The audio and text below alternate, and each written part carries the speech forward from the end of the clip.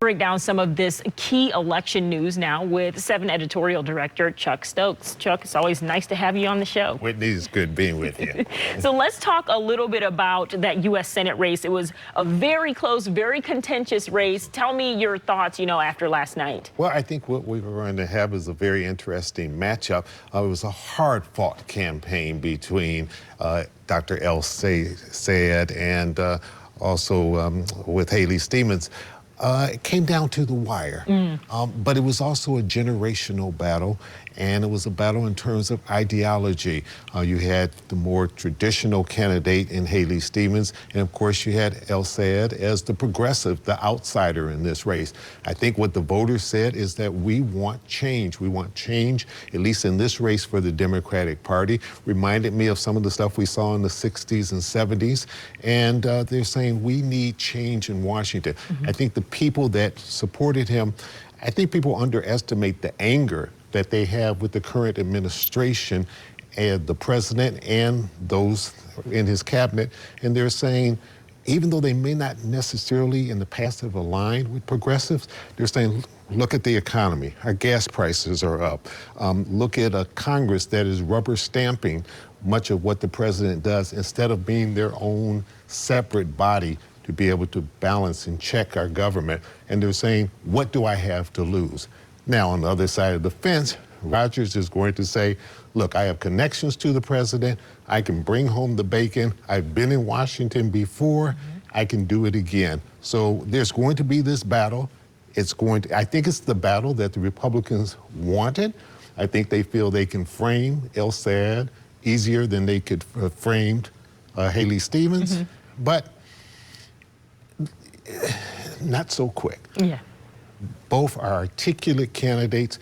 He's resonating with the people, saying take big money out of politics, put money back in the pockets of the people, and health care for all. Which one's going to stick? Which one's going to really appeal to independents and swing voters? That's going to be the real test. But we saw that big money didn't play the role that many people wanted it to play in this election. Yeah, and I know you spoke a little bit about it being more of a moderate candidate versus a progressive. We're seeing that trend a lot throughout the nation.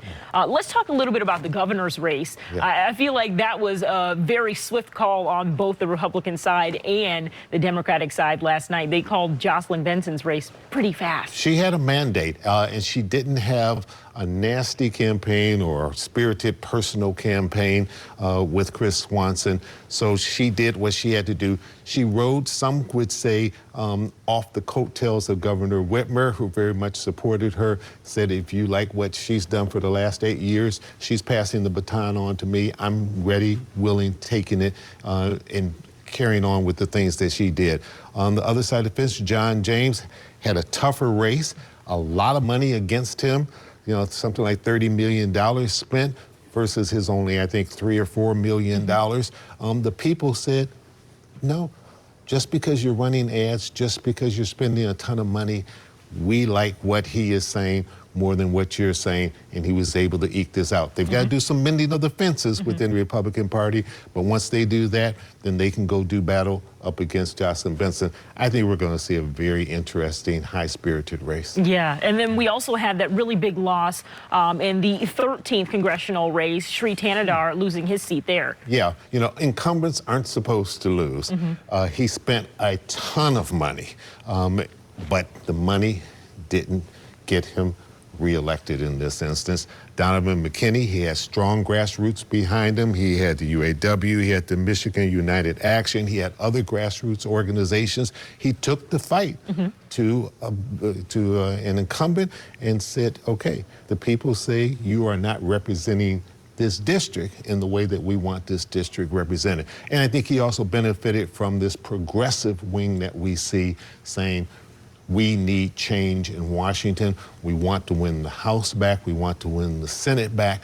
That's what the Democrats are saying. Republicans, of course, are saying, we like it the way it is, and we're going to do our best to protect what we've got. Yeah, and really quickly, you've been mentioning the money of this. It didn't seem to matter as much as it has in past races this year. No, it hasn't. And I think what we're seeing from a great portion of the electorate is that money doesn't always talk the way you want in politics, that these candidates are talking directly to the people and they're saying, we have your message. We are tired of big money influencing the decisions in Washington more than people influencing these decisions. And so I think that's something we're going to see throughout the campaign, going from now up into the general. It's going to be very interesting. And we saw John Conyers III also benefiting from this progressive wing, maybe carrying on what his dad started many years ago. Okay, yeah, I think it's going to be a very interesting November for us, Chuck. No Thank you so much for your analysis. We won't get bored. Yeah, I'm sure.